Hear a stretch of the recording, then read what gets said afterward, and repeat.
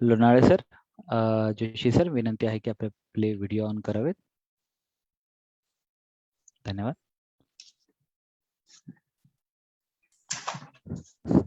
सर्व शेतकऱ्यांचं पुन्हा एकदा स्वागत आहे. काही सूचना आहेत. थोड्याच वेळात दोन्ही वक्त्यांचं प्रेझेंटेशन सुरू होत आहे. तत्पूर्वी दोन गोष्टी सांगायच्या होत्या की आपला जो मोबाईल आहे तो कृपया आडवा पकडावा, ओरिएंटेशन त्याचं आडवं करावं, जेणेकरून जे प्रेझेंटेशन आहे ते तुम्हाला व्यवस्थित दिसेल. त्याच्यानंतर Q&A समोर तुम्हाला एक ऑप्शन दिसतोय, तिथे तुम्ही तुमचा जो काही प्रश्न आहे तो टाईप करून ठेवू शकता. प्रेझेंटेशनच्या दरम्यान तुम्हाला जर का आला प्रश्न तो, आणि जर का तो प्रेझेंटेशन मध्ये कव्हर झाला नसेल तर, आणि तुम्ही रेज हँड हा ऑप्शन सुद्धा वापरू शकता.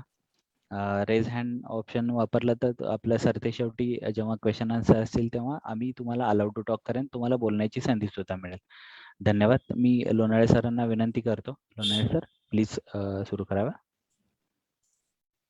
धन्यवाद दीपक सर. नमस्कार शेतकरी मित्रांनो, आजच्या या लाईव्ह कार्यक्रमामध्ये उपस्थित मुख्य वक्ते डॉक्टर मिलिंद जोशी सर, विषय विशेष तज्ञ, कृषी विज्ञान केंद्र बारामती व तसेच रिव्हलीस कंपनीचे सहकारी मित्र व उपस्थित सर्व शेतकरी मित्रांनो, मी शिवराज लोणाळे, ॲग्रोनॉमिस्ट, रिव्हलीस इरिगेशन, आपलं सर्वांचं रिव्हलीस इरिगेशन कंपनीतर्फे मनपूर्वक स्वागत करतो. आजच्या या लाईव्ह कार्यक्रमाचा विषय आहे डाळिंब पीक व्यवस्थापन आणि रिव्हलीस सूक्ष्म तंत्रज्ञानाचे फायदे. आणि आजचा या मुख्य विषयावर मार्गदर्शन करण्यासाठी आपल्यासोबत जोडलेले आहेत डॉक्टर मिलिंद जोशी सर. तत्पूर्वी सरांचा थोडक्यात परिचय करून देतो. डॉक्टर जोशी सरांनी कृषी कीटकशास्त्र या विषयामध्ये MSc ॲग्री आणि डॉक्टरेट शिक्षण पूर्ण केलेलं आहे. सरांचा कृषी क्षेत्रामध्ये एकूण 13 वर्षाचा समृद्ध अनुभव आहे. डॉक्टर जोशी सरांनी त्यांच्या विशिष्टतेनुसार विषमुक्त शेती व जैविक कीटकनाशक यामध्ये विस्तारित काम केलेलं आहे. डॉक्टर जोशी सर सध्या बारामती कृषी विज्ञान केंद्रात गेल्या 9 वर्षापासून पीक संरक्षण विभागामध्ये विषय विशेष तज्ञ म्हणून कार्यरत आहेत. आणि आता आपण थोडक्यात रिव्हलीस कंपनी विषयी माहिती जाणून घेऊयात. तर रिव्हलीस हा एक लॅटिन भाषेतला शब्द आहे आणि याचा मराठीमध्ये जो अर्थ आहे छोटा पाण्याचा झरा. पाण्याशी संलग्न असल्यामुळे याचे नाव म्हणजे रिव्हलीस इरिगेशन ठेवण्यात आलेलं आहे. आणि कंपनीचं नाव रिव्हलीस ठेवण्याचं मुख्य कारण जे शुद्ध नैसर्गिक स्वरूपात स्मार्ट सिंचन तंत्रज्ञान शेतकऱ्यांना उपलब्ध करून देतो. बऱ्याच शेतकऱ्यांच्या मनात प्रश्न येत असेल की ही कंपनी मार्केटमध्ये एक नवीन कंपनी आहे. यस, ही कंपनी जी आहे ती स्थापना जी आहे 2014 ची आहे. परंतु जे मार्केटमध्ये आता आपण सध्या प्रोडक्ट विकतो ते जे प्रोडक्ट आहेत ते मार्केटमधले खूप जुने प्रोडक्ट आहेत. तर हा इतिहास जाणून घेण्यासाठी आपल्याला थोडंसं भूतकाळात जावं लागेल. जेव्हा 2006 मध्ये जॉन डियर कंपनीनं ठिबक ह्या क्षेत्रामध्ये काम करण्याचं ठरवलं होतं, तेव्हा त्यांनी ठिबक क्षेत्रातल्या मोठ्या कंपन्या म्हणजेच इस्रायलची जी प्लास्टो इरिगेशन कंपनी त्याची स्थापना 1966, त्यासोबतच USA कॅलिफोर्नियाच्या 2 कंपन्या म्हणजेच रोबोट इरिगेशन कंपनीची स्थापना 1969 आणि टी-टेप कंपनीची स्थापना 1977, अशा ठिबक क्षेत्रातल्या मोठ्या 3 कंपन्यांना विकत घेऊन जॉन डियरनं एक स्वतःच जॉन डियर वॉटर नावाचं युनिट चालू केलं होतं. आणि 2006 पासून 2014 पर्यंत मार्केटमध्ये आपण जॉन डियर वॉटर नावानं काम केलंय. पण कालांतराने जॉन डियरचं जे नाव आहे काही कारणास्तव चेंज होऊन रिव्हलीस मध्ये कन्वर्ट झालं. इस्रायली ग्रुपला जॉन डियर हँडओव्हर केल्याच्या नंतर आपण रिव्हलीस नावानं मार्केटमध्ये प्रवास सुरू झाला आपला. त्यासोबतच 2015 मध्ये आपल्यासोबत जे जय हिंद म्हणजेच जे फोर्स मोटार म्हणत असतो आपण, त्याचे जे टेम्पो ट्रॅव्हलर आहेत किंवा ट्रॅक्टर्स आहेत ते आपल्या भारतामध्ये रिव्हलीस मध्ये त्यांची भागीदारी घेतली. त्यासोबतच 2016 मध्ये मन्ना एक कंपनीनं आपल्यासोबत जॉईन झाली. या कंपनीविषयी तुम्हाला थोडक्यात सांगतो. मन्ना एक इरिगेशन विषयी माहिती शेतकऱ्यांना देणारी कंपनी आहे. सॅटेलाइट बेस्ड कंपनी आहे. तसं ह्या कंपनीविषयी आपण नंतर माहिती पाहणारच आहे. त्यासोबतच 2017 मध्ये युरोपमधली जी मोठी कंपनी होती ठिबक क्षेत्रातली युरोड्रिप, ती पण रिव्होल्यूस इरिगेशन सोबत जोडली गेली. अशा प्रकारे जे ठिबक क्षेत्रामधले जे मोठे कंपन्या होते, प्लास्ट्रो, रोबोट, टी-टेप आणि युरोड्रिप अशा रिव्होल्यूस इरिगेशन सोबत जोडल्या गेल्या. आणि 2019 मध्ये जे रशियाची कंपनी होती पॉलीप्लास्ट, ती पण रिव्होल्यूस सोबत जोडली गेली. आता रिसेंटली 2020 मध्ये सिंगापूर गव्हर्नमेंटची जी मोठी कंपनी आहे की टिमासेक, तर ह्या कंपनीकडं रेव्होल्यूस कंपनीची जी आहे ती मालकी गेलेली आहे. तर रेव्होल्यूस कंपनीविषयी आपण थोडक्यात पाहूयात. कंपनी साधारणतः 120 देशामध्ये काम करत असते. 120 देशामध्ये त्यांचे आमचे जे प्रोडक्ट आहेत ते विकले जातात. त्यामध्ये डीलर असतील किंवा आमचे जे प्रतिनिधी आहेत यांच्या माध्यमातून त्या ठिकाणी आम्ही बिझनेस करत असतो. त्यासोबतच कंपनीचे 3 R&D सेंटर आहेत वेगवेगळ्या देशामध्ये. त्यातलं एक जे R&D सेंटर आहे ते रशियामध्ये आहे, दुसरं अमेरिकेमध्ये आहे आणि 3 जे आहे ते 3 नंबरचं R&D सेंटर इस्रायलमध्ये आहे. त्यासोबतच जे वेगवेगळे डिझाईन सेंटर सुद्धा आहेत वेगवेगळ्या देशामध्ये. आणि जे रिव्होल्यूस इरिगेशन आहे सध्याच्या कंडिशनमध्ये मार्केटमध्ये 2 नंबरच्या पोझिशनला काम करत असते. त्यासोबतच कंपनीचे 16 फॅक्टरीज आहेत वेगळ्या देशामध्ये. त्यातली जी एक फॅक्टरी आपल्या भारतात आहे आणि गुजरात राज्यात बडोदा शहरामध्ये आहे. अशा प्रकारे हे आपला कंपनीचा थोडक्यात इतिहास आणि कंपनीविषयी माहिती झाली. तर डॉक्टर मिलिंद जोशी सरांना मी अशी विनंती करतो की त्यांनी आपल्या मार्गदर्शनात सुरुवात करावी. Doctor Milind Joshi sir.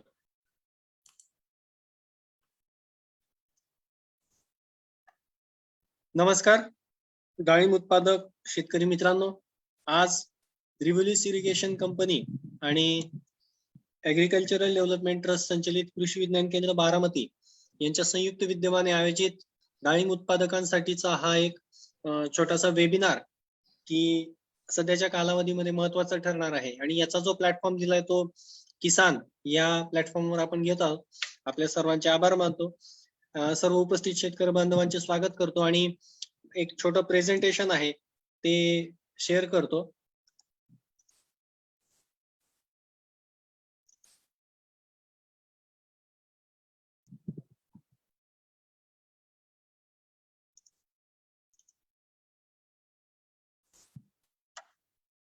Sir एकच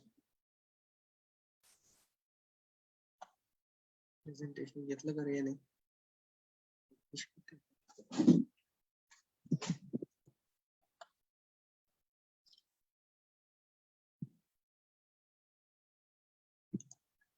दीपक सर प्रेझेंटेशन घेताय तुम्ही? हो, तुमच्या इथे अडचण आहेत काही? हो, थोडी अडचण दिसते मला. ठीक आहे.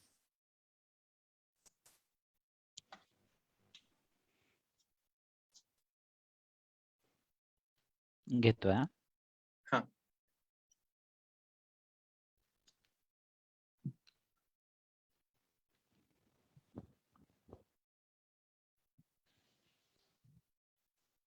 तुम्ही बोलत राहा सर, तोपर्यंत मी करतो शेअर. शेतकरी बांधवांनो, डाळिंब हे एक महत्वाचं पीक आपलं म्हटलं जातं. द्राक्षानंतर डाळिंबातनं आपल्याला परकीय चलन मोठ्या प्रमाणात मिळतं आणि उत्पादकांनाही तेवढाच फायदा याद्वारे होत असतो. यामध्ये पाहायला गेलं तर तसे 3 सीझन आपण म्हणतो, पण आता सध्याच्या परिस्थितीला पाण्याची उपलब्धता, लेबर आणि तेल्यासारख्या रोगांचा प्रादुर्भाव यामुळे शेतकरी बांधव सीझन तोडून बेसिजनल आपण म्हणू शकतो माल घ्यायला सुरुवात करताय की जेणेकरून त्यांना मार्केटमध्ये जास्त आपण म्हणतो कॉम्पिटिशनही नसेल आणि रेटही चांगला मिळेल. तर डाळिंब उत्पादन तंत्रज्ञान या छोट्याशा वेबिनारच्या याच्यात पीपीटीला सुरुवात करतोय. नेक्स्ट. ठीक आहे, चालेल सर. तुमच्या इथे मी ओपन करून ठेवलं, काय अडचण नाही तर मी करतो मग. सर मी इकडनं ऑपरेट करू शकतो का? हे ते तुम्हीच शेअर केलंय. हे मी नाही, मी केलेलं आहे सर ते. अच्छा, ओके, गुड. तर डाळिंब पिकाचं जर आपण महत्व पाहिलं आणि उत्पादनाची स्थिती पाहिली तर डाळिंब हे प्रथमतः शुष्कवर्गीय किंवा कमी पाण्यात येणारं पीक आहे की जे खास करून अवर्षण प्रवण जो क्षेत्र आहे, ज्या ठिकाणी पाणी कमी असतं, वातावरण कोरडं असतं, अशा ठिकाणी ते चांगल्या पद्धतीने येतं. त्याला जमीन खडकाळ किंवा मुरमाड असेल तर अजून चांगलं उत्पादन ते देतं. साधारणतः उत्तम व्यवस्थापन जर केलं, पाणी, खतं आणि कीड रोग व्यवस्थापन, तर व्यापारी तत्वावर लागवड केल्यास भरपूर नफा या पिकातनं मिळतो. याला अपवाद आहे, जर नैसर्गिक आपत्ती आल्या तर मात्र थोडासा आपल्याला नुकसानीचा सामना तो करावा लागतो. महाराष्ट्र राज्याचा जर विचार केला तर प्रामुख्याने सोलापूर, नाशिक, नगर, पुणे, सांगली, सातारा, जालना, उस्मानाबाद आणि लातूर या जिल्ह्यांमध्ये व्यापारी तत्वावर डाळिंबाची लागवड जी आहे ती केली जाते आणि साधारणतः राज्यामध्ये 1.20 लाख हेक्टर म्हणजे जवळजवळ 1.25 लाख हेक्टर क्षेत्र हे डाळिंबाचं आहे आणि थोड्याशा प्रमाणात आता ते थोडं कमी होताना दिसत आहे. तेलाचा प्रादुर्भाव आणि गेल्या 2 वर्षापासून कोरोना, त्याचबरोबर कमी झालेले दर यामध्ये ही कारणं महत्वाची आहेत. डाळिंबाचा जो रस आहे तो थंड आणि उत्साहवर्धक असून त्यामध्ये औषधी गुणधर्म आहेत, त्यामुळे सुद्धा त्याला मेडिसिनल व्हॅल्यू चांगली आहे. डाळिंबाच्या रसामध्ये क जीवनसत्व मोठ्या प्रमाणात आणि 10 ते 16% पर्यंत साखर आहे. फळांची जी साल आहे ती आमांश आणि अतिसार या रोगांवर गुणकारी आहे. त्याचबरोबर डाळिंबाच्या फळापासून जॅम, सरबत, अनारदाना अशा अनेक गोष्टी करता येतात आणि त्यामुळे प्रोसेसिंगला सुद्धा त्या ठिकाणी मोठा वाव आपल्याला मिळतो. नेक्स्ट.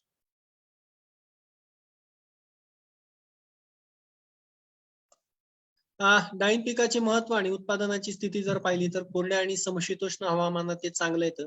ज्या ठिकाणी हवामानात आर्द्रतेचं प्रमाण कमी आहे त्या ठिकाणी तेल्या रोगाचा प्रादुर्भाव किंवा किडींचा प्रादुर्भाव कमी होतो. म्हणजे अशा ठिकाणी या पिकाची जी लागवड आहे ती जास्त होऊ शकते, उत्पादनही चांगलं आपल्याला मिळू शकतं. दमट हवामान झालं तर त्या फळांवर रोगाचा, किडीचा प्रादुर्भाव वाढतो, त्यामुळे आपल्याला शक्यतो अशा वेळेस व्यवस्थापनाची गरज पडते. नेक्स्ट. डाळिंब पिकाच्या उत्पादनासाठी हलकी ते मध्यम जमीन आपल्याला चालते. म्हणजे डोंगर उतार असेल, माळरान जमीन असेल, मुरमाड असेल किंवा आपण म्हणू शकतो मध्यम ते हलकी, ही सुद्धा या फळ पिकाला आपल्याला चालते. नदीकाठची, गाळाची आणि चांगला निचरा होणारी जमीन सुद्धा आपल्याला या पिकाच्या उत्पादनासाठी किंवा व्यापारी उत्पादनासाठी चालते. साधारणतः अर्धा मीटर खोलीची म्हणजे 50 सेंटीमीटर पर्यंत जर खोली असेल, चांगली मुरमाड असेल, तर ती जमीन आपल्याला उत्तम ठरते आणि त्या ठिकाणी डाळिंबाचं उत्पादन हे आपल्याला चांगलं घेता येतं.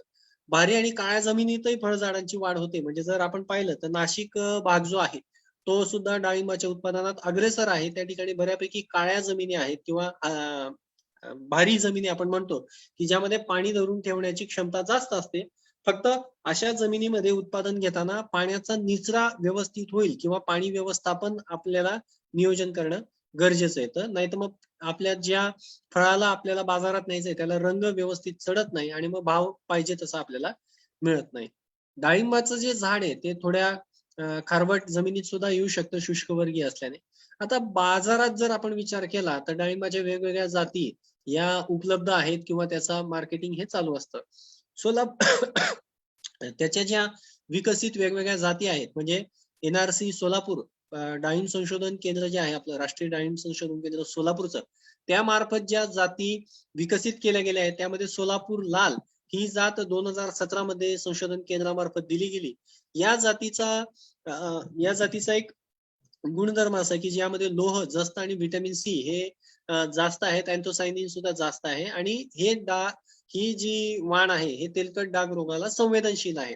सोलापूर लालचा मेन उद्देश जो आहे तो प्रोसेसिंग किंवा आपण म्हणू शकतो अन्न प्रक्रिया उद्योगामध्ये वापरण्यासाठी केला जातो. भगवा सुपर हा जो आहे तो भगवा यापेक्षा थोडा पुढचा वाण आपण म्हणू शकतो आणि हा गर्द केशरी रंगाचा असून सुंदर चकाकी असते. फळांचं साईज किंवा आकार जो आहे तो मोठा असतो.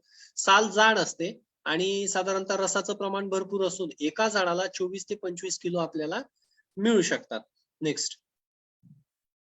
त्यानंतर गणेश. आता ही जात जी आहे गणेश खिंड फळ संशोधन केंद्र जे आहे राहुरी विद्यापीठाच्या अंतर्गत काम करते.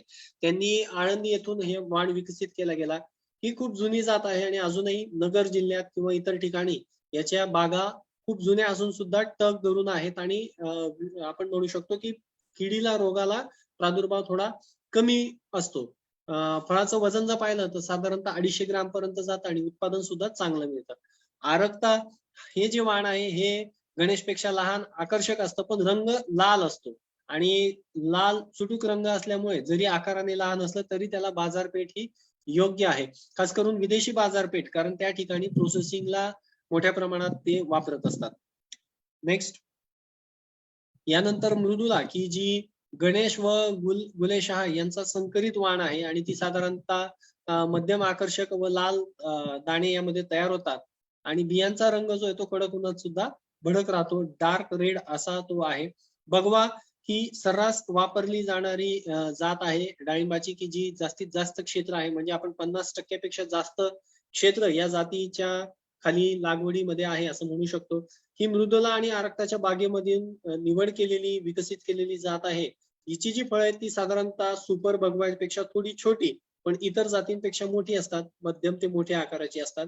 ही निर्यातीसाठी योग्य वाण आहे, कारण यालाच शेंद्री, अष्टगंधा, सिंदुरी, केसरी किंवा मस्तानी असं सुद्धा म्हटलं जातं. याचा फळांचा आकार हा योग्य असून वजन सुद्धा चांगलं भरतं, उत्पादन चांगलं येतं आणि गोडी म्हणजे क्वालिटी आपण म्हणू शकतो ती चांगली असल्याने हे निर्यातीला योग्य असा वाण आहे. याच्यामध्ये काळा ठिपका किंवा फुलकिडींचं जे प्रमाण आहे, प्रादुर्भाव जो आहे तो बऱ्यापैकी कमी असतो. आता जमिनीची लागवड जर केली तर ही लागवडीच्या वेळेस नियोजन करताना लागवडीसाठी जी आपण जमीन निवडली ती उभी आडवी नांगरट करून आपण कुळवाच्या पाया देऊन शेत जे आहे ते तणविरहित, कारण वीड फ्री म्हणजे तणमुक्त शेत आपल्याला पाहिजे किंवा रान आपल्याला पाहिजे, जेणेकरून पुढे आपल्याला जास्त त्रास व्हायला नको. हलक्या जमिनीमध्ये साधारणतः 60x60 किंवा आपण म्हणू शकतो 2 फूट बाय 2 फुटाचे खड्डे जे ते तयार करून आपल्याला उन्हात तापू द्यायचे. लागवडीचं जे अंतर आहे ते साधारणतः एकरी 295 झाडं लागतील अशा पद्धतीचं असतं. पण आता मर किंवा इतर रोगांमुळे, प्रादुर्भावामुळे झाडं मरतील अशा अनुषंगाने 1000 झाडं सुद्धा एकरी लागवड शेतकरी बांधव करत आहेत. साधारणतः प्रत्येक खड्ड्यात तळाशी अर्धवट कुजलेला पालापाचोळा किंवा निंबोळी पेंट, सिंगल सुपर फॉस्फेट हे सगळं टाकून आपल्याला थोडीशी माती टाकून घ्यायची आणि मग नंतर वरच्या थरामध्ये आपल्याला रोप लागवड जी आहे ती करायची आहे. नेक्स्ट, आता रोप निवड करताना याच्यामध्ये टिश्यू कल्चर आणि गुटी कलम अशी दोन्ही रोप बाजारात सध्या उपलब्ध आहेत, पण शक्यतो गुटी कलमाच्या रोपांचा वापर हा बाजारात आपल्याला किंवा शेतकरी बांधवांमध्ये जास्त दिसून येतो. रोप निवडताना ती खात्रीशीर रोपवाटिकेतून म्हणजे रोगविरहित व जोमदार असली पाहिजेत असं मी विनंती करेल शेतकरी बांधवांना. प्रत्येक खड्ड्याच्या मधोमध एक रोप लावून मग बाजूने माती घट्ट दाबून आपल्याला पाणी द्यायला सुरुवात करायची, मग ते ड्रिपने असू द्या किंवा खड्डा पद्धतीने असू द्या. बांबू किंवा काठी लावून सुरुवातीच्या कालावधीमध्ये आपल्याला त्या रोपांना, लहान रोप त्यांना आधार द्यायचा आहे, वारा आणि इतर याच्यापासून ते वाचतील अशा अनुषंगाने. जमिनीलगत येणारी जी फूट असेल ती आपल्याला काढत राहायची, म्हणजे वरच्यावर आपल्याला त्याचे जे 3 खोड वाढवायचे ते व्यवस्थित वाढतील. लागवडीपासून 1 ते 1.5 वर्ष झाडाची चांगली डेरेदार वाढ होऊन मग फुलं धरायला सुरुवात होते. या अंतरामध्ये मग आपल्याला त्याचं योग्य संगोपन करणं गरजेचं ठरतं. झाडाची चांगली वाढ झाली की मग झाडाच्या एबिलिटी प्रमाणे किंवा त्याच्या ताकदीप्रमाणे आपण म्हणू शकतो पहिल्या बहाराला 8 ते 12 फळं ठेवायला हरकत नाही. आता पहिला बहार हा साधारणतः 2 वर्षांनी म्हणजे कमीत कमी 18 महिन्यानंतर घ्यायचा आहे. आणि झाड जर कमकुवत वाटत असेल, खोड बारीक वाटत असतील, मनगटाच्या साईड्स पेक्षा थोडी कमी असतील, तर मग थोडी फळं कमी घेतलेली चांगली किंवा अजून थोडा वेळ जाऊ दिलेला चांगला. नेक्स्ट, आता खत व्यवस्थापन करत असताना यामध्ये नत्र, स्फुरद, पालाश, शेणखत आणि बाकीची मग चिलेटेड किंवा मायक्रोन्यूट्रिएंट मधली जी खतं ती आपल्याला द्यायची. याबद्दल सर आपल्याला व्यवस्थित पाणी आणि खत व्यवस्थापनाबद्दल बोलतीलच. नेक्स्ट,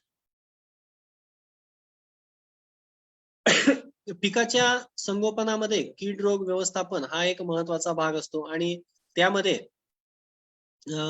पिकाची प्रतिकार शक्ती ही जैविक खतं, जैविक औषधं वापरून आपल्याला थोडी वाढवता येऊ शकते. मग यामध्ये जैविक खतं आपण कोणती वापरू शकतो डाळिंबाच्या उत्पादनात? तर ॲझॅटोबॅक्टर हा नत्र स्थिरीकरण करणारा जीवाणू आहे. त्यानंतर स्फुरद विरघळणारे जीवाणू म्हणजे जे PSB आपण ज्याला म्हणतो. पालाश उपलब्ध करून देणारे जीवाणू की ज्याला पोटॅश मोबिलायझिंग बॅक्टेरिया म्हटलं जातं. पुढच्या वाढीच्या अवस्थेमध्ये नत्र, स्फुरद, पालाश एकत्र वापरता येऊ शकतो. लोहगंधकचे जीवाणू, झिंकचे जीवाणू, सिलिकॉनचे जीवाणू आणि त्याचबरोबर काही इफेक्टिव्ह मायक्रो ऑर्गॅनिझम ज्याला EM वगैरे म्हटलं जातं असे सुद्धा जीवाणू आपण आपल्या पिकासाठी वापरू शकतो. जैविक औषधं म्हणजे काय की जी रोगकारक घटक आहेत तशाच प्रमाणे रोगकारक घटकांच्या तुलनेमध्ये उपयुक्त घटक जे आहेत, जैविक घटक जे आहेत ते आपण वापरू शकतो. यामध्ये ट्रायकोडर्मा विरिडी आणि ट्रायकोडर्मा हर्जियानम अशा 2 मित्र बुरशी आपण वापरू शकतो. मर, मुळकूज, खोडकूज, पानांवरील ठिपके या रोगांच्या व्यवस्थापनासाठी. सुडोमोनास फ्लोरोसन्स आणि बॅसिलस सबटिलिस हे जे 2 जीवाणू आहेत हे आपण टेल्या रोगाच्या व्यवस्थापनासाठी किंवा इतर जीवाणूजन्य रोगांच्या व्यवस्थापनासाठी वापरू शकतो. नेक्स्ट. आता पाण्याची जी आवश्यकता आहे किंवा प्रत्येक झाडाच्या वाढीच्या अवस्थेनुसार, वातावरणानुसार, सीझन नुसार, उन्हाळ्यानुसार किंवा टेम्परेचर नुसार पाण्याची जी गरज आहे ती बदलते. शक्यतो आंब्या बहार घ्यायचा असेल तर साधारणतः एका झाडाला 50 लिटर पर्यंत पाणी लागतं. मृग बहारामध्ये 30 लिटर पर्यंत पाणी लागतं. तर हस्तबहारामध्ये ते फक्त 20 लिटर लागतं. याबद्दल इरिगेशन मॅनेजमेंट मध्ये सर आपल्याशी सविस्तर बोलतीलच. पण साधारणतः 10 ते 50 लिटर पर्यंत पूर्ण वर्षभरामध्ये झाडाला पाणी लागण्याची शक्यता असते. नेक्स्ट. आता यामध्ये पाण्याचं व्यवस्थापन करताना सिंगल लॅटरल, डबल लॅटरल किंवा सबसर्फेस या सगळ्या गोष्टी ज्या आहेत ते सर आपल्याशी चर्चा करतीलच. मी त्याबद्दल जास्त वेळ घेत नाही. नेक्स्ट. डाळिंबाचे मुख्यत्वे 3 बहार म्हटले जातात की ज्यामध्ये आपण बहार पकडतो त्याच्यासाठी ताण द्यावा लागतोय. मग यामधला पहिला बहार जो आहे तो मृग बहार की ज्याच्यामध्ये जास्तीत जास्त क्षेत्र त्या लागवडीखाली किंवा त्या बहारामध्ये येत असतं. हा बहार साधारणतः जून जुलैला सुरू होतो. मग यामध्ये एप्रिल ते मे मध्येच बागेचं पाणी आपल्याला तोडावं लागतं की ज्यामध्ये एक ते 1.25 महिन्याचा ताण व्यवस्थित बसेल. कारण ताण व्यवस्थित बसला तर नर आणि मादा कळीचं प्रमाण जे आहे ते योग्य निघतं आणि सेटिंग चांगली व्हायला आपल्याला मदत होते. या बहाराची जी फळं आहेत ती नोव्हेंबर जानेवारी पर्यंत तयार होतात आणि बाजारात येतात आणि रेटही चांगला त्या ठिकाणी मिळतो. पण जुलै पासून जो पाऊस चालू होतो तर ढगाळ वातावरणामुळे आणि पावसामुळे किडी रोगांचा प्रादुर्भाव वाढायची शक्यता असते. म्हणजे या बहारामध्ये जरी उत्पादन चांगलं मिळणार असलं तरी तेवढीच आपल्याला कीड रोगाचं व्यवस्थापनाचं सुद्धा नियोजन करणं गरजेचं ठरतं. हस्तबहार जो आहे तो सप्टेंबर ऑक्टोबरला सुरुवात होते. आता हस्तबहार साधणे बऱ्याच वेळेला कठीण होतं कारण नेमका जून जुलैला पाऊस सुरू झालेला असतो आणि ताण पाहिजे तसा बसत नाही. म्हणून ताण देण्यासाठी जी ऑगस्ट मध्ये सुरुवात करावी लागते खास करून पश्चिम महाराष्ट्रामध्ये, कारण ऑगस्ट पर्यंत पाहिजे तसा पाऊस झालेला नसतो. तिथून पुढे मग ती सुरुवात करता येऊ शकते. जर उशिरापर्यंत पाऊस झाला तर झाडाची वाढ जी ती चालूच राहते. झाडाला व्यवस्थित विश्रांती जी आहे ती मिळत नाही. या बहाराची योग्य व्यवस्थापनामध्ये जी तयार झालेली फळं आहेत ही फेब्रुवारी ते एप्रिल पर्यंत तोडण्यासाठी येतात आणि यामध्ये एकच महत्वाचा मुद्दा आहे की यामध्ये झाडांच्या फळांची संख्या जी ती व्यवस्थित आपल्याला ठेवता येत नाही. बऱ्याचदा रोगग्रस्त, कीडग्रस्त फळं आपण कमी करतो किंवा कमी करावी लागतात. तर त्यामुळे पाहिजे तसं उत्पादन यामध्ये आपल्याला मिळत नाही. पुढचा जो बहार आहे तो आंबिया बहार की जो जानेवारी फेब्रुवारीला सुरुवात होते. यामध्ये जर उन्हाळ्यात पुरेसं पाणी नसेल तर पाणी असेल तर आपल्याला आंबे बहार घ्यायला हरकत नाही, कारण त्या कालावधीमध्ये फळांची वाढ ही चालू असते.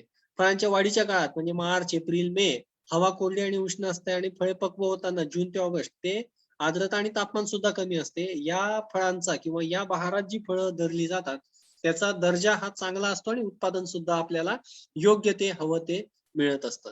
नेक्स्ट. आता बहार व्यवस्थापन करत असताना पिकावर जे येणारे कीड आणि रोग आहेत हे आपल्याला सगळ्यात जास्त नुकसान करतात. अनेक प्रकारच्या किडी आपल्या डाळिंब पिकाला नुकसान करतात. जगभराचा विचार केला तर साधारणतः 38 ते 42 कीड आणि रोग डाळिंब पिकाला नुकसान करतात. त्यामधल्या साधारणतः 25 ते 28 कीड रोग हे भारतामध्ये नुकसान करतात.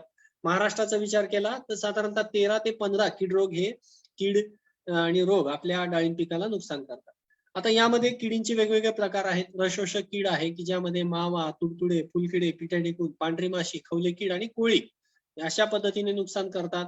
मग खोडकीड असेल, खोडबुंगेरा असेल, पान खाणारी अळी असेल, रस शोषणारा पतंग असेल आणि त्याचबरोबर जमिनीच्या खाली राहून मुळांवर गाठी करणारा नेमॅटोड असेल. तर पहिली जी कीड आहे मावा ही साधारणतः छाटणीनंतर ज्यावेळेस नवीन पालवी फुटते त्या काळामध्ये या किडीचा प्रादुर्भाव आपल्याला जास्त दिसतो. विशेषतः सप्टेंबर ऑक्टोबर नंतर या किडीचा प्रादुर्भाव आपल्याला जास्त दिसतो आणि या किडीच्या व्यवस्थापनासाठी आपल्याला जास्त खर्च हा करावा लागतो. कोवळे शेंडे, पान, फूल, कळी याच्यामधून सोंड घालून जो रस शोषता येईल ती कीड जी आहे ती रस शोषण करते आणि रस शोषण झाल्यानंतर त्या ठिकाणी प्रादुर्भावग्रस्त भागामध्ये काळी बुरशी वाढलेली आपल्याला दिसून येते, ज्याला सुटी मोल्ड आपण म्हणतो, आणि प्रकाश संश्लेषण क्रिया कमी होते आणि मग पुन्हा आपल्या उत्पादनावर त्याचा परिणाम होत असतो. साधारणतः नोव्हेंबर ते फेब्रुवारी मध्ये या किडीचा प्रादुर्भाव जास्त असतो, कारण हवामान त्याला पोषक असतं. या किडीच्या व्यवस्थापनासाठी NRC सोलापूरचं व्यवस्थापन शेड्यूल जे आहे ते आपण वापरू शकतो.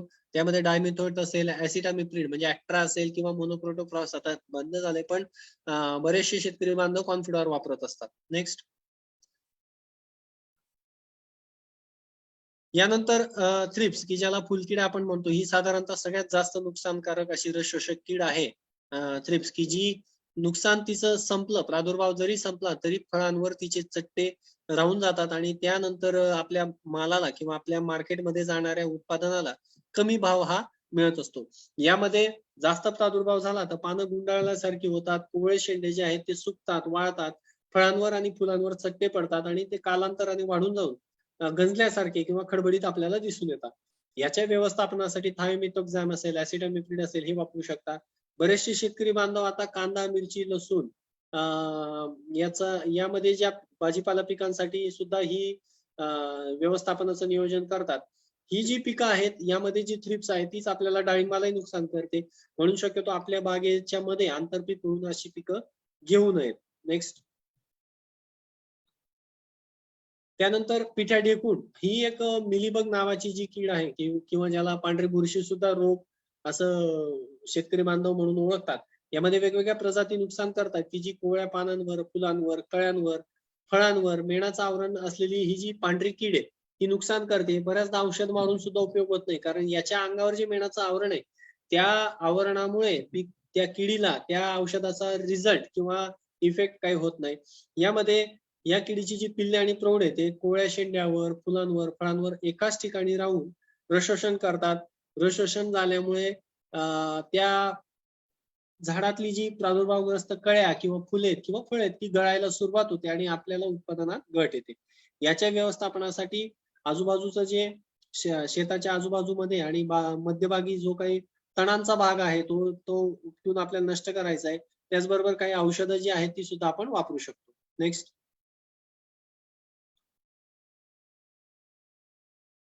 माईट किंवा ज्याला कोळी आपण म्हणतो, ही अष्टपाद वर्गीय कीटक असून ही पिकाला नुकसान करते. पानाच्या खालच्या बाजूला किंवा फुलाला ही कीड नुकसान करते आणि रस शोषण करते. बऱ्याचदा लालसर किंवा पिवळसर माईट आपल्याला पिकाला नुकसान करताना दिसून येतात. याच्या व्यवस्थापनासाठी सुद्धा आपल्याला डायमिथोएट असेल, डायकोफॉल असेल, पाण्यात विरघळणारे गंधक असेल, हे आपण वापरून नियोजन त्याचं करू शकतो. बाजारात अनेक औषधं आहेत. याचबरोबर व्हर्टिसिलियम लेकानी नावाची जैविक मित्र बुरशी जी ती सुद्धा आपण वापरू शकतो. नेक्स्ट, आता फळातील रस शोषणारा पतंग, म्हणजे ज्या वेळेस सगळी मेहनत करून आपण बाग सांभाळून आता फळ शेवटच्या स्टेजला आहे, तोडण्याच्या अवस्थेपर्यंत पोहोचलंय, वजन चांगलं भरतंय, लाली आलेली, तर त्यावेळेस नेमका या पतंगाचा प्रादुर्भाव आपल्याकडे होतो आणि साधारणतः ऑगस्ट, सप्टेंबर, ऑक्टोबर या वेळेस म्हणजे पावसाळ्यात या किडीचा प्रादुर्भाव आपल्याला जास्तीत जास्त दिसून येतो. ही जी कीड आहे याच्या ज्या आळ्या आहेत ही फळ पोखरून आतील भाग खातात आणि मध्ये नुकसान करतात. नंतर त्या बुरशीचा, जीवाणूंचा नुकसान होऊन फळं कुजायला सुरुवात होते आणि बरेचशी फळं गळायला सुरुवात होते. म्हणजे शेवटच्या स्टेजला आलेली फळं नुकसान करण्याचं कारणीभूत ही कीड आपल्याला ठरत असते. मग यामध्ये व्यवस्थापन आपण कसं करू शकतो, तर शक्यतो गावनिहाय किंवा आपण म्हणू शकतो की सामुदायिकरित्या शक्यतो एकाच बहार घेणं चांगलं असतं. अवेळी येणारी फुलं, फळं ही तोडून घ्यायची. ग्रुप बहार घेणं शक्यतो टाळावं आणि फुले लागल्यानंतर कीटकनाशकाची जी फवारणी ती 15 दिवसाच्या अंतराने चालू ठेवायची. यामध्ये निंबोळी अर्क 5% जर आपण वापरला तर ह्या किडीबरोबर इतर शोषक किडींचंही व्यवस्थापन आपल्याला चांगल्या पद्धतीने होऊन मिळतं. नेक्स्ट, खोडभुंगेरा किंवा खोडकीड ज्याला आपण म्हणतो, तर मोठी फांदी मरण्याचं कारण ही कीड आपल्याला दिसून येते. बऱ्याचदा झाडाच्या बुडख्यालगत आपल्याला भुगा पडलेला किंवा पावडर पडलेली दिसून येते. बारीक कीड असते आणि ती आपल्या पिकाला नुकसान करते. छिद्र केलेलं असतं आणि खालून जाणारं सगळं अन्न जे आहे ते वरपर्यंत जाऊ शकत नाही, त्यामुळे झाड सुकायला किंवा मरायला सुरुवात होते. या किडीच्या व्यवस्थापनासाठी डायक्लोरोवॉस हे सिरिंज किंवा इंजेक्शनद्वारे त्या छिद्रांमध्ये सोडलं तरी चालेल. खास करून वर्षातनं 2दा आपल्याला बोर्डो पेस्टचा वापर करायचा आहे, की ज्यामध्ये गेरू त्यानंतर क्लोरोपायरिफॉस आणि COC असेल किंवा हे सगळं मिक्स करून झाडाच्या बुंद्याला 3 फुटापर्यंत आपल्याला लावायचंय. नेक्स्ट.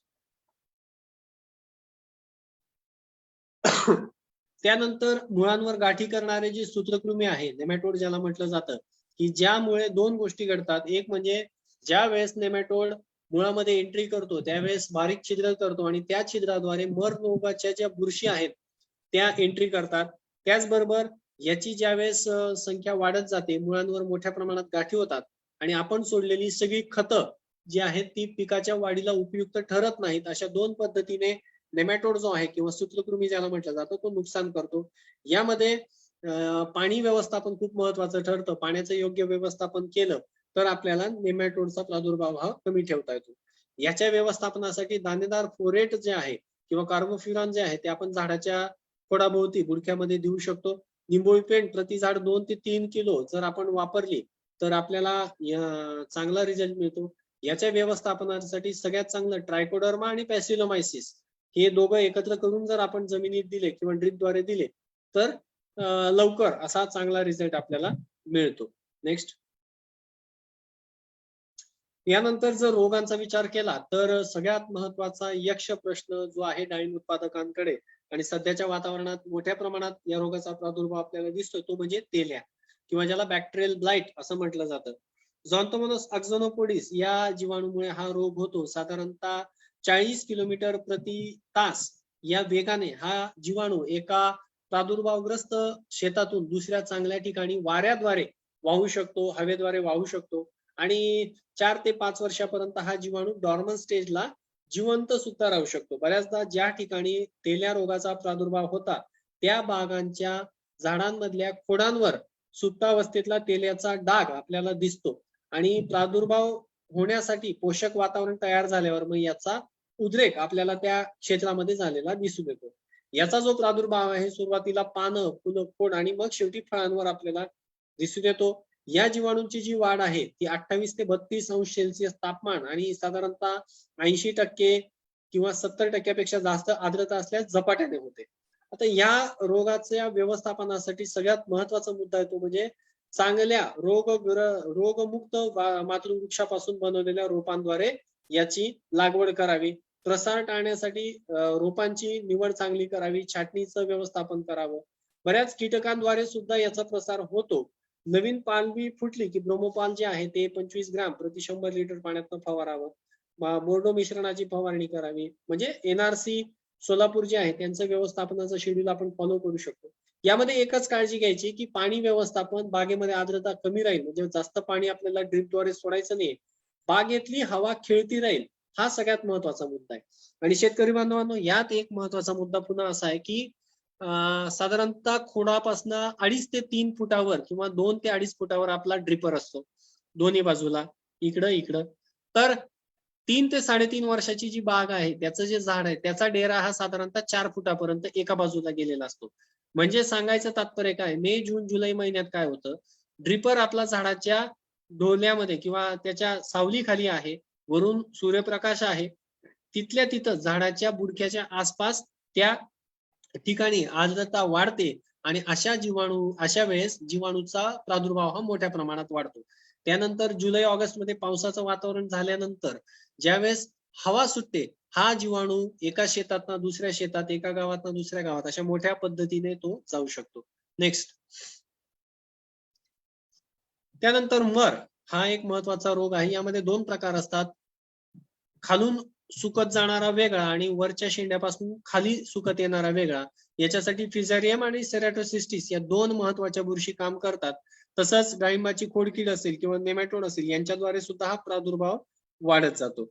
यामध्ये व्यवस्थापन करत असताना पाण्याचं योग्य व्यवस्थापन करणं, ट्रायकोडर्माचा वापर करणं, जास्त प्रमाण असेल तर साधारणतः प्रोपिकोनाझॉल म्हणजे ज्याला आपण टिल्ट म्हणतो ते 1 मिली प्रति लिटर पाणी हे आपण वापरू शकतो. आणि त्याचे जे रोगकारक घटक आहेत किंवा जे वेक्टर म्हणून काम करतात, खोडकीड असेल किंवा नेमॅटोड असेल त्यांचं व्यवस्थापन आपल्याला करणं गरजेचं ठरतं. नेक्स्ट.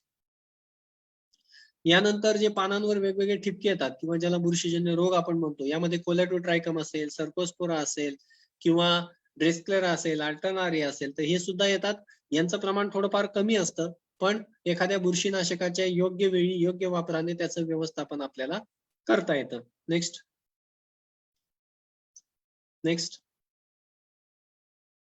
आता डाळिंबाचा जर विचार केला तर त्यापासून वेगवेगळे अनेक असे पदार्थ आपल्याला तयार करता येतात की जे प्रोसेसिंग आपण ज्याला म्हणतो. म्हणजे यामध्ये डाळिंबाचा रस हा एक महत्वाचा पार्ट आहे की जो लागलीच आपण घरच्या घरी करू शकतो. अनारदाना हा एक महत्वाचा बाय प्रोडक्ट आहे. डाळिंबापासून जेली तयार करता येतं डाळिंबाच्या रसापासून. त्याची वाईन तयार होते. डाळिंबाचे जे दाणे आहेत ते सुद्धा सोलून एरिल्स म्हणून विकले जातात. डाळिंबाच्या बिया ज्या आहेत त्याच्यापासून तेल आणि पावडर, सालीपासून पावडर सुद्धा तयार केली जाते. असे अनेक प्रक्रियायुक्त पदार्थ जे आहेत ते डाळिंबापासून तयार होतात. याला मोठ्या प्रमाणात मेडिसिनल व्हॅल्यू आहे. त्यामुळे शेतकरी बांधवांना काही नवीन उद्योजक असतील त्यांनी सुद्धा यामध्ये यायला हरकत नाही. नेक्स्ट. आता हे सगळं करत असताना यात महत्वाचा विषय असा आहे की शेतकरी बांधवांना अडचण असते ती सेटिंगची. कारण डाळिंब हे नर आणि मादा असे दोन्ही फुलं वेगळे असणारं एक पीक आहे की ज्याच्यामध्ये परपरागी भवन किंवा आपण म्हणू शकतो पॉलिनेशन हे महत्वाचं ठरतं. मग त्यामध्ये मधमाशी हा एक महत्वाचा जैविक मित्र कीटक आपल्याला हवा असतो. पण बऱ्याचदा औषधांच्या अतिरिक्त वापरामुळे आपल्याकडे मधमाशांची संख्या कमी असते. बांधावरची झाडं आपण कमी केली, त्यांचं रहिवास किंवा अधिवास जो आहे तो आपण कमी केलाय. तर अशा वेळेस मधमाशांच्या वाढीसाठी किंवा त्यांच्या योग्य व्यवस्थापनाचं नियोजन आपण करू शकतो. डाळिंबामध्ये जर मधमाशीची पेटी वापरली तर पॉलिनेशन चांगलं होऊन एकाच वेळेस आपल्याला तोडा करता येतो. त्यामुळे साधारणतः 25-30 ते 45% उत्पादन वाढ सुद्धा होतं. याचबरोबर आपल्याला त्या कालावधीमध्ये म्हणजे बऱ्याच शेतकऱ्यांकडे जर आपण पाहिलं तर 2, 3, 4 अशा टप्प्यांमध्ये डाळिंब आपल्याला दिसतं. पण जर एकाच वेळेस सेटिंग झाली तर एकच तोडा आपल्याला करता येतो. त्यामुळे खत व्यवस्थापनावरचा खर्च सुद्धा आपला वाचतो. नाही तर बऱ्याचदा नत्रही सोडावं लागतंय. पालाश 0050, 05234 सगळंच आपण सोडतो. तर तो एक मोठा लॉस आपला होतो. म्हणजे पिकाचा कालावधी आपल्याला कमी ठेवता येतो, खर्च कमी करता येतो आणि चांगल्या गुणवत्तेचं जे आहे उत्पादन ते आपल्याला घेता येतं. एकाच साईजचं आणि वेडवाकडं न राहता साधारणतः 250 ग्राम पर्यंत हे फळ आपल्याला दिसून येतं. नेक्स्ट.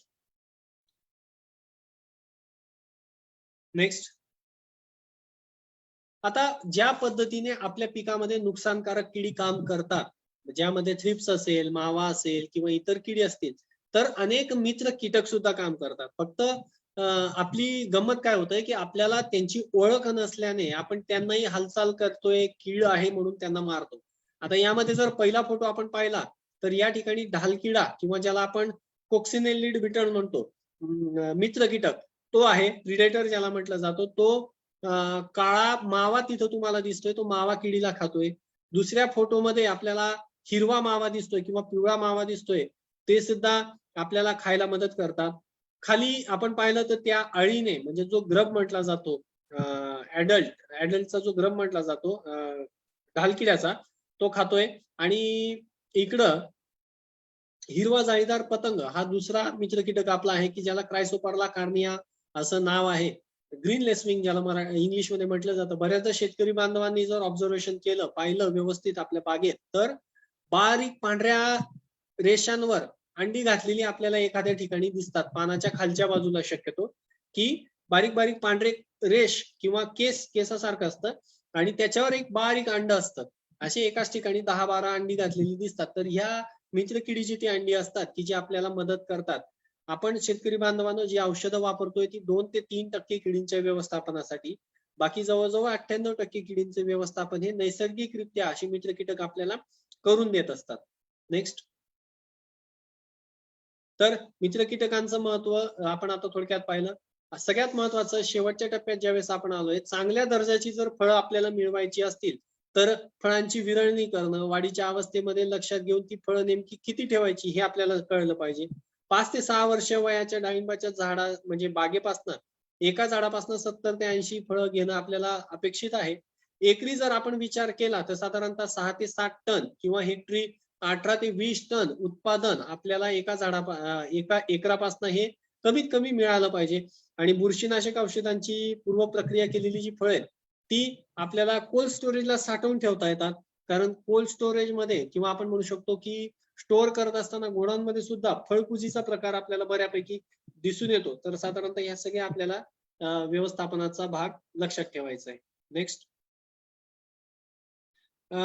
यानंतर मी आताच जे आपल्याला म्हटलो की साधारणतः अनेक प्रकारचे अन्न प्रक्रिया उत्पादन आपण तयार करू शकतो. तर प्रधानमंत्री अन्न प्रक्रिया उद्योग योजना जी आहे यामध्ये आपण केव्हीके बारामती हे स्टेट लेवल टेक्निकल इन्स्टिट्यूट आहे. यामध्ये वैयक्तिक असू द्या किंवा बचत गट असू द्या, शेतकरी उत्पादक कंपनी असू द्या किंवा सहकारी संस्था असू द्या, यांना या योजनेचा लाभ घेता येतो. 35% सबसिडी आहे की ज्यामध्ये आपण अनेक गोष्टी करू शकतो. यासाठी सुद्धा आपण केव्हीके बारामतीला संपर्क करू शकतात. नेक्स्ट. तर मला वाटतं जेवढं महत्वाचे मुद्दे होते डाळिंबाच्या उत्पादनाशी रिलेटेड, कीड रोगाच्या व्यवस्थापनाशी रिलेटेड असतील, हे मी थोडक्यात बोललोय. आता काही आपले प्रश्न असतील तर नक्कीच आपण चर्चा करूयात. आपले प्रश्न आहेत चॅट बॉक्स मध्ये. तत्पूर्वी मी विनंती करेन शिवराज सरांना की सर आपण पुढचं सेशन घ्यावं. धन्यवाद सर.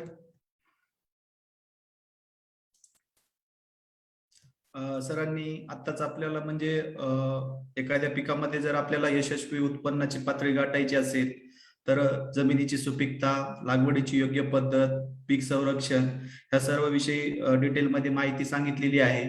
त्यासोबतच उत्पन्नाची यशस्वी पातळी गाठायची असेल तर आपल्याला जे पाण्याचं नियोजन आहे हे खूप महत्वाचं असतं आणि जे 50% वाटा जो आहे तो पाण्याच्या नियोजनाला जात असतो. तर जनरली डाळिंब हे जे आहे ते उष्णकटिबंधातलं पीक असून त्याला जे पाण्याची जे रिक्वायरमेंट आहे ती कमी असते. पण जे आपण पाण्याचं नियोजन करतो त्याच्या स्टेजेसनुसार त्याला व्यवस्थित त्या ठिकाणी पाण्याचं नियोजन झालं पाहिजे. जेव्हा आपण बहार धरत असतो, बहार धरते वेळेस त्या अगोदर 1-1.5 महिना आपण जे पाणी बंद करत असतो, जे ताण देत असतो ते झालं पाहिजे व्यवस्थितरित्या. आणि जेव्हा आपण ताण तोडायचं हे करत असतो तेव्हा साधारणतः 5 ते 6 तास म्हणजे ठिबकनं त्या ठिकाणी इरिगेशन आपण केलं पाहिजे. आणि जेव्हा डाळिंबाचा जे फुलोऱ्यामध्ये बाग असतो तेव्हा पाण्याचं जे नियोजन आहे ते व्यवस्थितरित्या असलं पाहिजे. आणि पाण्याचं जेव्हा आपण नियोजन व्यवस्थित करतो त्या ठिकाणी जे येणारे फ्लावर्स आहेत ते व्यवस्थित येत असतात, जे मेल अँड फिमेल फ्लावर्स म्हणत असतो. आणि त्या ठिकाणी पॉलिनेशन व्यवस्थितरित्या होऊन आपलं फ्रूट सेटिंग जे आहे ते चांगल्या प्रकारे होत असतं. आणि जर आपल्याकडं संरक्षित म्हणजे पाण्याचं जर उपलब्ध साठा असेल तर आपण आंब्या बहाराचं आपण त्या ठिकाणी नियोजन करत असतो. आणि डाळिंबाच्या जर झाडामध्ये पाण्याचं जर नियोजन व्यवस्थित नसेल किंवा पाण्याचं जर प्रमाण अति झालं असेल तर त्या ठिकाणी सूत्रकृमी जे आपण नेमॅटोड म्हणत असतो किंवा मर रोग, बिल्ड जे म्हणत असतो किंवा अदर जे फंगल डिसीज आहे तर त्याचा प्रादुर्भाव हा जास्त प्रमाणात त्या ठिकाणी दिसून येत असतो. शेतकरी जेव्हा पाण्याचं नियोजन करतात त्यावेळेस वेगवेगळ्या पद्धतीचा अवलंब करत असतात. त्यामध्ये पाटपाणी असेल आणि पाटपाण्याची जी कार्यक्षमता आहे ते साधारणतः 30 ते 40% आहे. दुसरी जी पद्धत आहे सरीवरंब पद्धत, त्याची कार्यक्षमता 40 ते 50% आहे. तुषार सिंचनाची जी कार्यक्षमता आहे ते 50 ते 60% आहे. आणि ठिबक सिंचन म्हणजे जे आपण ड्रिप इरिगेशन म्हणत असतो त्याची जी कार्यक्षमता आहे ती 90% जास्त आहे. म्हणजेच काय की एखादा शेतकरी जर 1 लिटर पाणी त्या ठिकाणी देत असेल तर त्यातलं 900 ml पाणी हे झाड त्या ठिकाणी अपटेक करू शकतं. तर ठिबक सिंचनाची नेमकी संकल्पना काय आहे तर आवश्यक त्या ठिकाणी आपण पाण्याचं नियोजन करू शकतो. म्हणजे झाडांच्या मुळाच्या कक्षेमध्ये आपण पाण्याचं नियोजन करू शकतो. आवश्यक त्या वेळेस म्हणजे वेगवेगळ्या ऋतूनुसार त्या ठिकाणी आपण पाण्याचं नियोजन करू शकतो.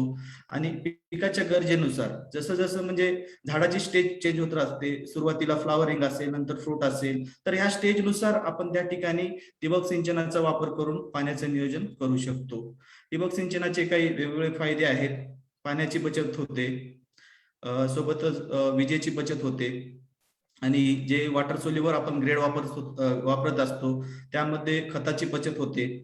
आणि जे तण वगैरे काढण्यासाठी जे लेबर लागत असतात त्यामध्ये मजुरांची बचत होते. आणि जे उत्पन्न आहे सगळ्यात महत्वाचं की अधिक प्रमाणात उत्पन्न आपण त्या ठिकाणी ठिबक सिंचनाचा वापर करून घेऊ शकतो. आणि जे एक चांगल्या गुणवत्तेचा आपण ठिबक सिंचनाचा वापर करून उत्पादन त्या ठिकाणी घेऊ शकतो. आज जर आपण डाळिंबाचा एकंदरीत विचार केला तर मार्केटमध्ये त्याचं कलर, साईज, शेप बघूनच आपल्याला त्या ठिकाणी त्याचा भाव मिळत असतो. म्हणून ठिबक सिंचनाचा वापर करून आपण हे व्यवस्थितरित्या नियोजन त्या ठिकाणी करू शकतो. तर एखादी सक्सेसफुल ठिबक सिस्टीम आपल्याला बसवायची असेल किंवा ठिबक सिंचनाचे जर आपल्याला पुरेपूर फायदे मिळायचे असतील तर त्या ठिकाणी आपल्याला जे महत्वाच्या बाबी आहेत की सर्वेक्षण करणं गरजेचं आहे. त्या शेताचं जे सर्वेक्षण होणं गरजेचं आहे. योग्य डिझायनिंग त्या ठिकाणी आपण करणं गरजेचं आहे. ठिबक प्रणालीची स्थापना चांगल्या प्रकारे त्या ठिकाणी केली गेली पाहिजे आणि ठिबक बसवल्याच्या नंतर आपण योग्य ती देखभाल केली गेली पाहिजे आणि उत्पादनाची निवड आपण चांगल्या पद्धतीने केली पाहिजे. तर सर्वेक्षण म्हणजे नेमकं काय की जे क्षेत्र आपण ठिबक करणार आहे त्या ठिकाणी एका जीपीएस मशीनद्वारे सर्वेक्षण केलं गेलं पाहिजे. जीपीएस मशीन मध्ये 2 गोष्टी लक्षात येतात आपल्याला, जमिनीचा चढ उतार किती आहे आणि आपलं क्षेत्र ऍक्युरेट किती आहे आपण हे त्या ठिकाणी मोजू शकतो.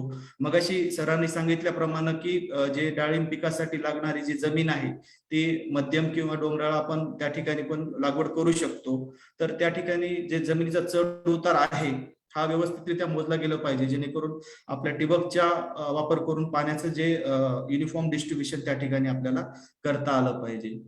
दुसरी महत्वाची गोष्ट, ठिबकचं योग्य डिझायनिंग होणं गरजेचं आहे.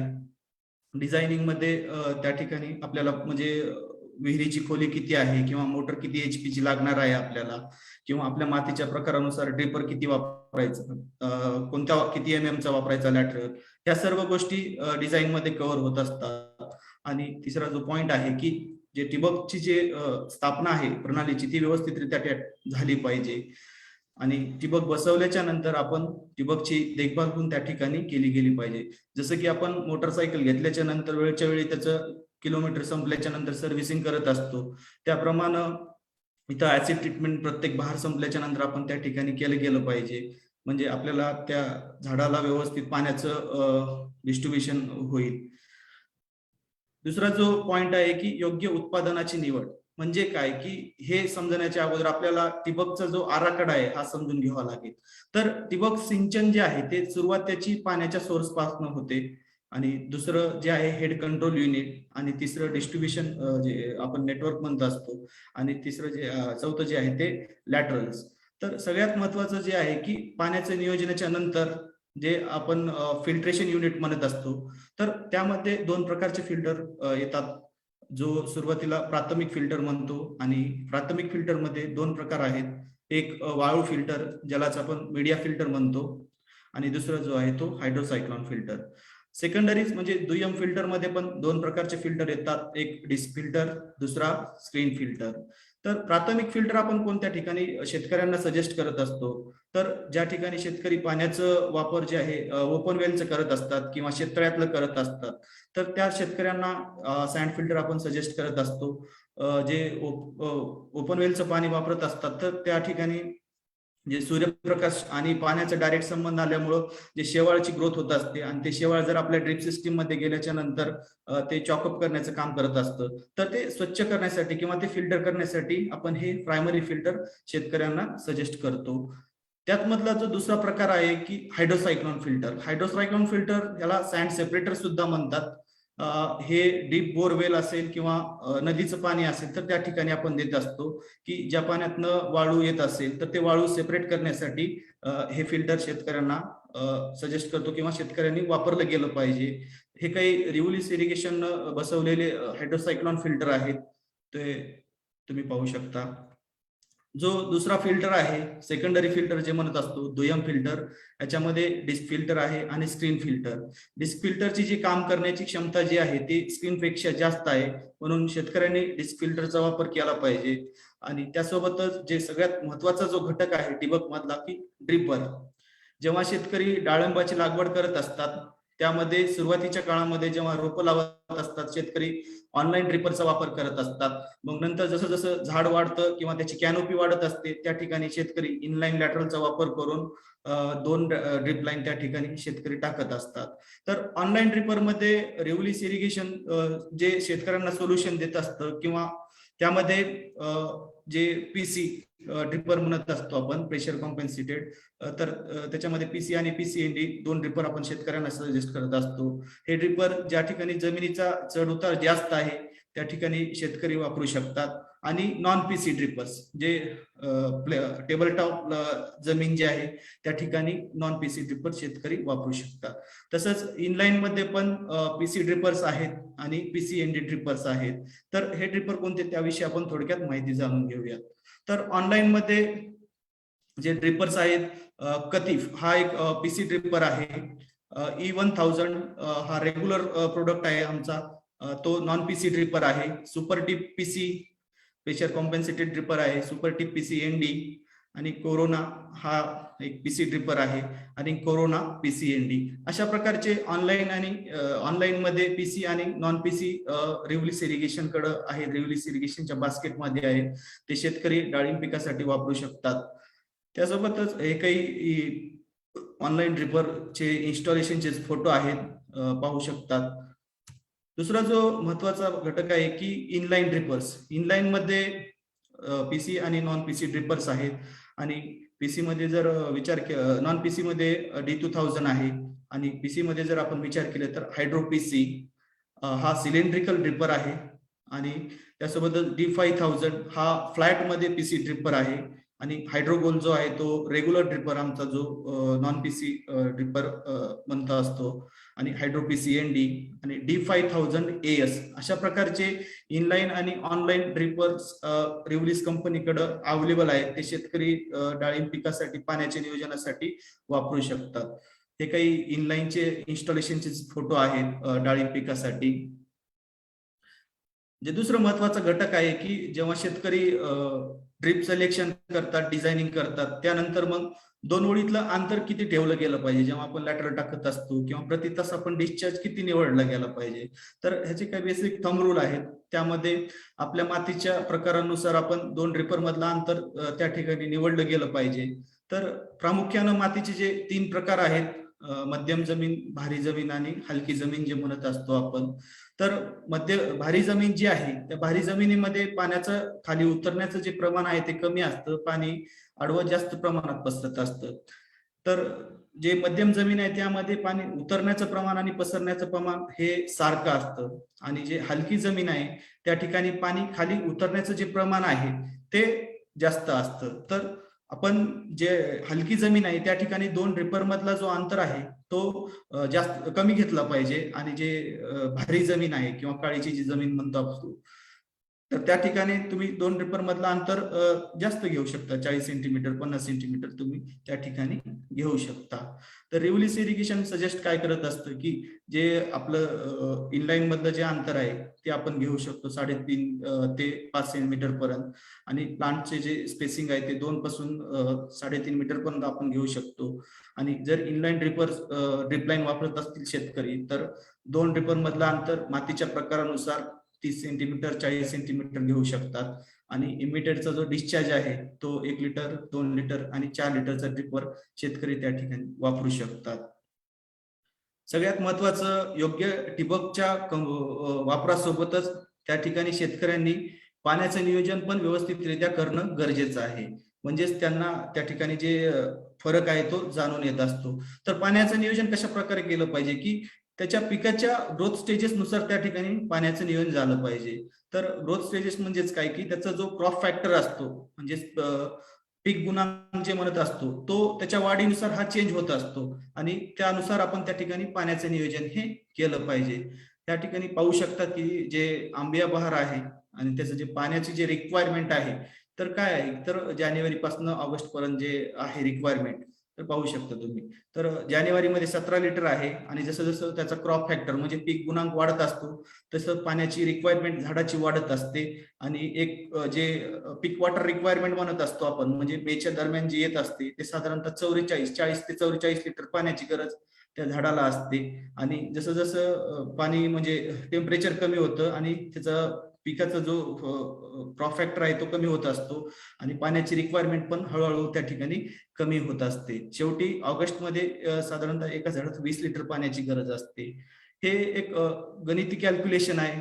एक उदाहरणार्थ मी तुम्हाला समजून सांगतो. झाडाची जी पाण्याची गरज जी कसं काढतात, तर बाष्पीभवन गुणिले बाष्पपात्राचा जो गुणांक असतो आणि गुणिले पीक गुणांक, हे जेव्हा आपण गुणाकार एकत्रित्या करत असतो तर आपल्याला त्या झाडाची पाण्याची गरज ही आपल्याला येत असते. या ठिकाणी 5 mm जे आहे ते बाष्पीभवनाचा रेट आहे आणि 0.8 जो आहे तो बाष्पपात्राचा गुणांक आहे आणि क्रॉप फॅक्टर जो आहे त्याचा 0.5 आहे.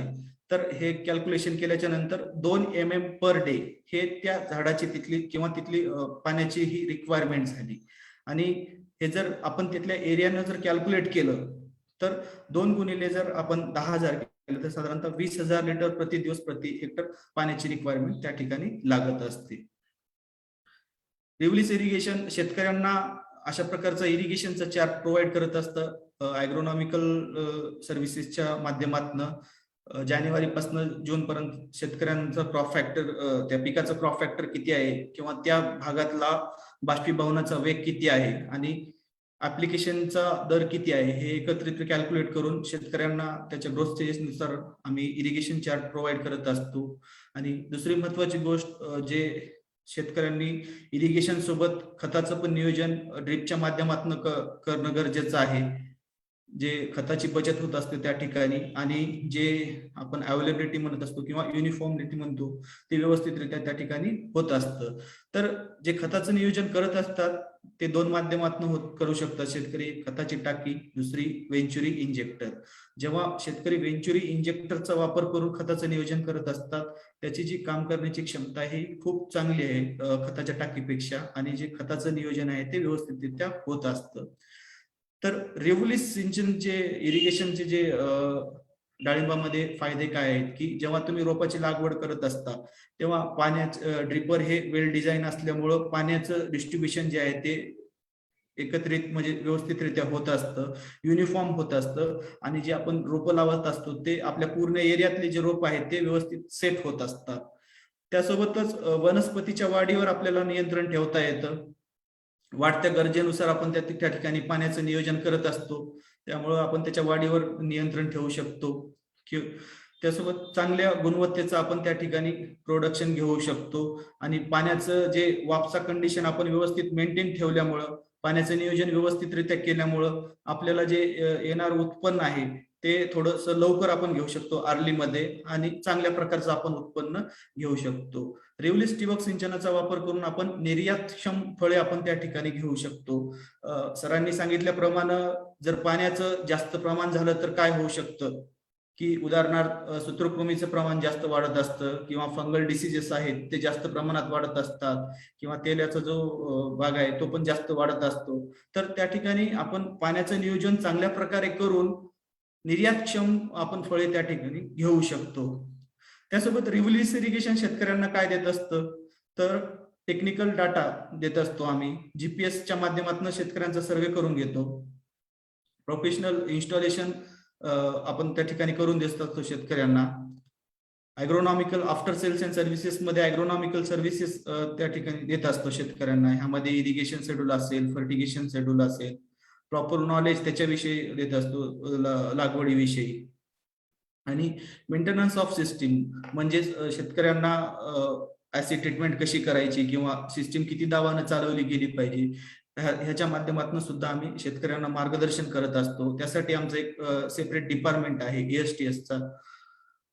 आणि जे सगळ्यात महत्वाचं आहे की रिव्हर्स इरिगेशन शेतकऱ्यांना एक नवीन तंत्रज्ञान देत असतं. त्यामध्ये मन्ना जे ऍप आहे, सुरुवातीला मी जे सांगितलंय की मन्ना ऍप हा एक सॅटेलाइट बेस्ड सिस्टीम आहे, सेन्सर फ्री सिस्टीम आहे. शेतकऱ्यांच्या प्लॉटवर डेली सॅटेलाइट येऊन तिथला डाटा कॅप्चर करून शेतकऱ्यांना पाण्याचं नियोजन किती करायचं ह्याच्याविषयी मार्गदर्शन करत असतं. त्यासोबतच वेगवेगळ्या क्रॉप कलर कोडिंग मध्ये पाणी किती झालेलं आहे हे शेतकऱ्यांना आपण व्हॉट्सअपवर पाठवतो आणि त्या ठिकाणी शेतकरी या सिस्टीमचा वापर करून पाण्याचं नियोजन व्यवस्थितरित्या करू शकतात. धन्यवाद. हे थोडक्यात मी पाण्याचं नियोजन जे आहे ह्याविषयी माझं प्रेझेंटेशन मी शेअर केलेलं आहे. तर आता आपण क्वेश्चन आन्सर कडे वळूयात.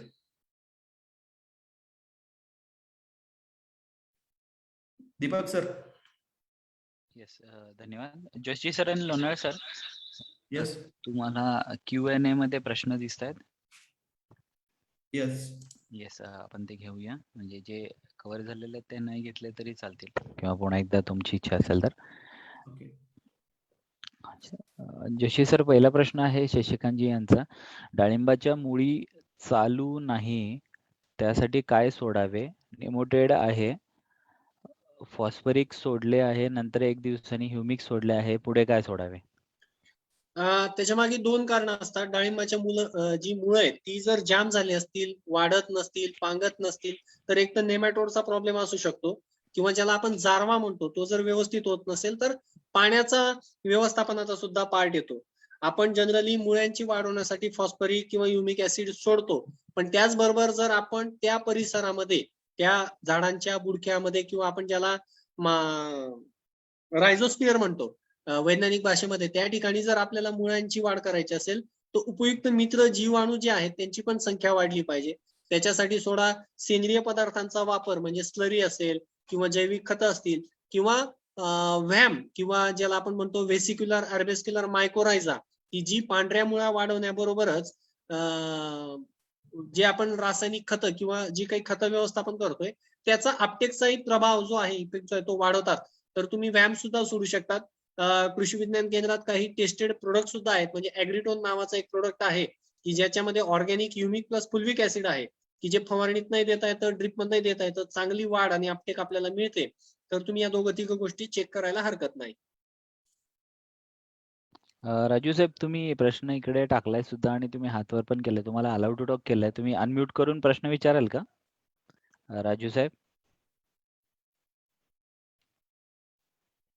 तर त्यांचा एक इकडे प्रश्न होता की 5 वर्षापूर्वी तेल्या होता, चालू वर्षी जास्त झालाय, एवढंच लिहिलंय त्याने, जास्त आलाय.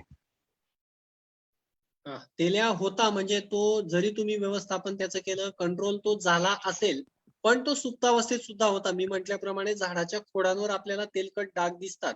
तर बऱ्याचदा बोर्डो पेस्ट लावल्यानंतर किंवा बहार घेताना आपण त्याचं व्यवस्थापन करणं गरजेचं असतं. आणि खास करून अशा ढगाळ वातावरणामध्ये यात मी रिकमेंड करेल आपल्या शेतकरी बांधवांना की ज्या पद्धतीने तेल्याचा झांथोमोनास हा जीवाणू ढगाळ वातावरणामध्ये जास्त आर्द्रतेमध्ये झपाट्याने वाढतो, तसेच जे 2 उपयुक्त मित्र जीवाणू मी सांगितले, बॅसिलस सबटिलिस आणि सुडोमोनास फ्लुरोसन्स, हे सुद्धा चांगल्या पद्धतीने वाढतात. म्हणजे एक प्रकारचं छुप सैन्य तुम्ही ते आपल्या शेतात वापरू शकता. तर सुडोमोनास आणि बॅसिलस यांची 5 मिली प्रत्येकी अशी जर आपण फवारणी घेतली, खास करून सायंकाळच्या वेळेस, तर आपल्याला चांगला प्रभाव त्याचा मिळेल.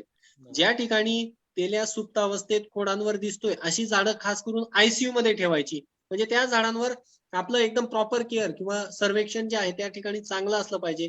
तर त्या झाडांना मुळाद्वारे सुद्धा आपण अशी औषधं जी आहेत बॅक्टेरियानाशक किंवा जीवाणूनाशक ती देऊ शकतो.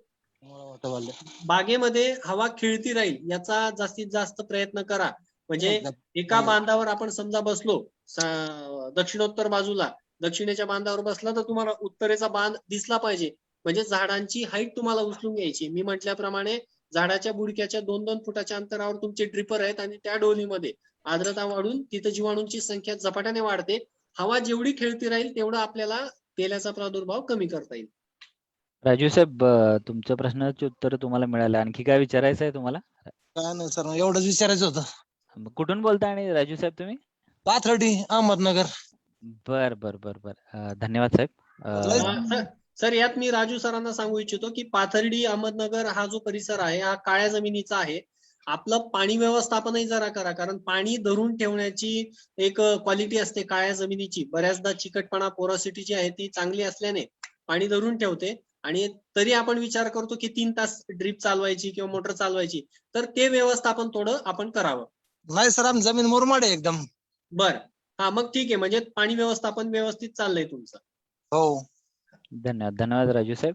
शशिकांतजी, तुम्ही अनम्यूट करून प्रश्न विचाराल? शशिकांतजी, त्यांचा एक प्रश्न होता की कुजवा पण आहे, पाऊस नाही, काय करावे?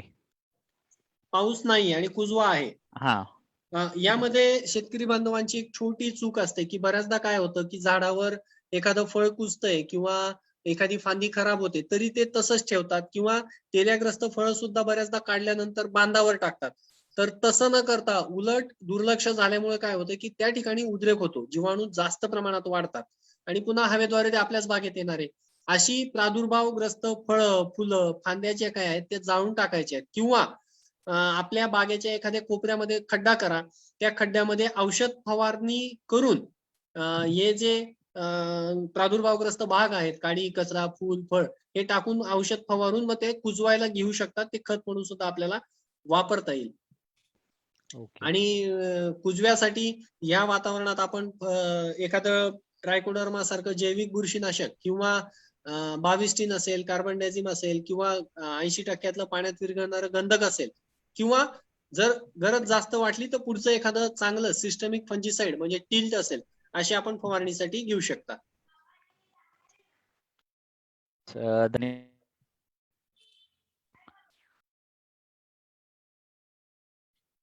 धन्यवाद सर. तुम्ही दोघांनी सुद्धा खूपच छान मार्गदर्शन केलं आज. एक वाडितके सरांचा एक प्रश्न आला पुन्हा एकदा. फ्रूट स्टेजला तण नियंत्रणासाठी काय करावे?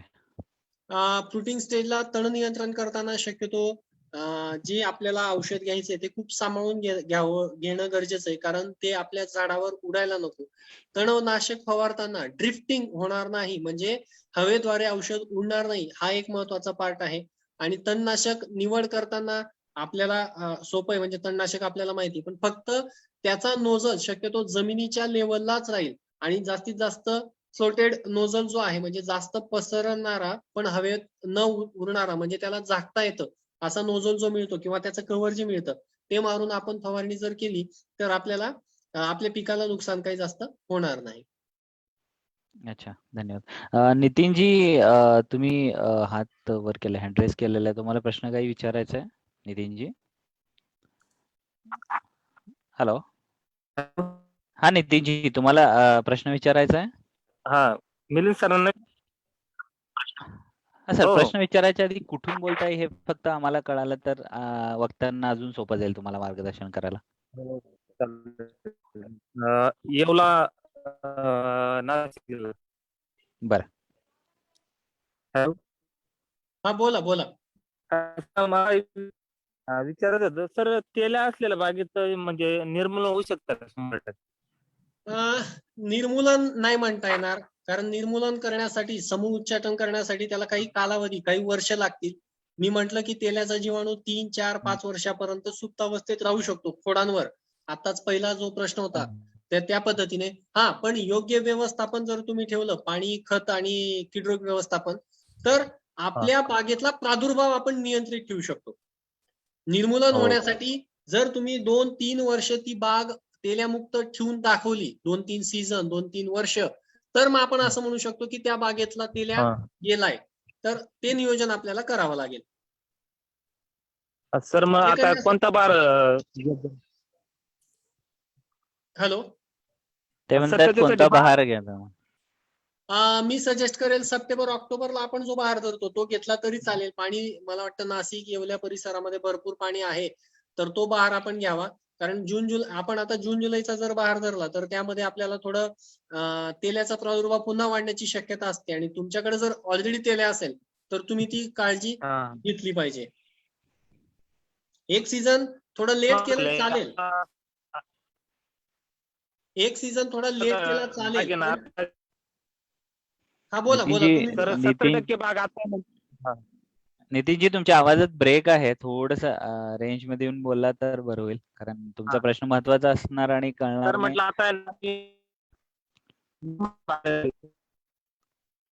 नाही.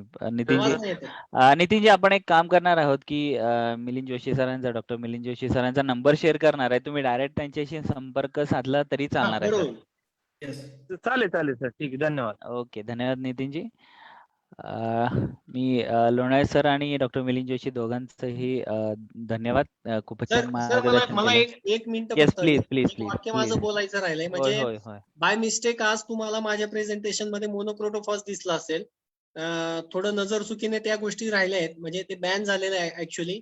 It should not be there, पण तरी मी याबद्दल दिलगिरी व्यक्त करतो. ओके, धन्यवाद सर. आपण हे नमूद पण करूया आपण लाईव्ह वर आणि इथे सुद्धा. ठीक आहे. धन्यवाद दोघांचेही. आपण आता दोघांचे नंबर शेअर करतो इथे. तर मी डॉक्टर मिलिंद जोशी आणि श्री शिवराज लोणाळे सरांचा नंबर शेअर केलेला आहे. तर प्लीज याचा स्क्रीनशॉट काढून ठेवा आपण, किंवा तुमच्याकडे नोट डाऊन करा. आणि तुम्हाला काही म्हणजे रिव्ह्यूजच्या उत्पादनांबद्दल काही शंका असतील, का अधिक माहिती हवी असेल, तर तुम्ही श्री शिवराज लोणाळे सरांना कॉल करू शकता. आणि डाळिंब पिकाबद्दल काही तुम्हाला अडचणी, समस्या काही असतील, तर तुम्ही डॉक्टर मिलिंद जोशी सरांशी संपर्क साधू शकता. आज आपला हा डाळिंबावर झालेला पुन्हा आपल्याला आहे, हा हिंदीमध्येच आहे 10 तारखेला. आणि सर्वांना सांगू इच्छितो की उद्या बुधवारी 4 ऑगस्ट सायंकाळी 6 वाजता भाजीपाला लागवड, टोमॅटो व मिरची आणि रिव्हिलियस सूक्ष्म सिंचन तंत्रज्ञानाचे फायदे हा विषय आहे. भाजीपाला लागवडीवर आहे मार्गदर्शन श्री नरेंद्र जोशी, विषय विशेषज्ञ, कृषी विज्ञान केंद्र, अंबाजोगाई, जिल्हा बीड. इथून आपले प्रमुख वक्ते आहेत आणि त्यांच्या सोबत असतील शिवराज लोणाळे सर. तर तुम्ही सर्वांनी पुन्हा एकदा बुधवारी 4 तारखेला सायंकाळी 6 वाजता नक्की जॉईन करा किसान ॲपच्या द्वारे. भेटू आपण पुन्हा एकदा. धन्यवाद वक्त्यांचे. भेटू पुन्हा. धन्यवाद सर. थँक्यू. धन्यवाद.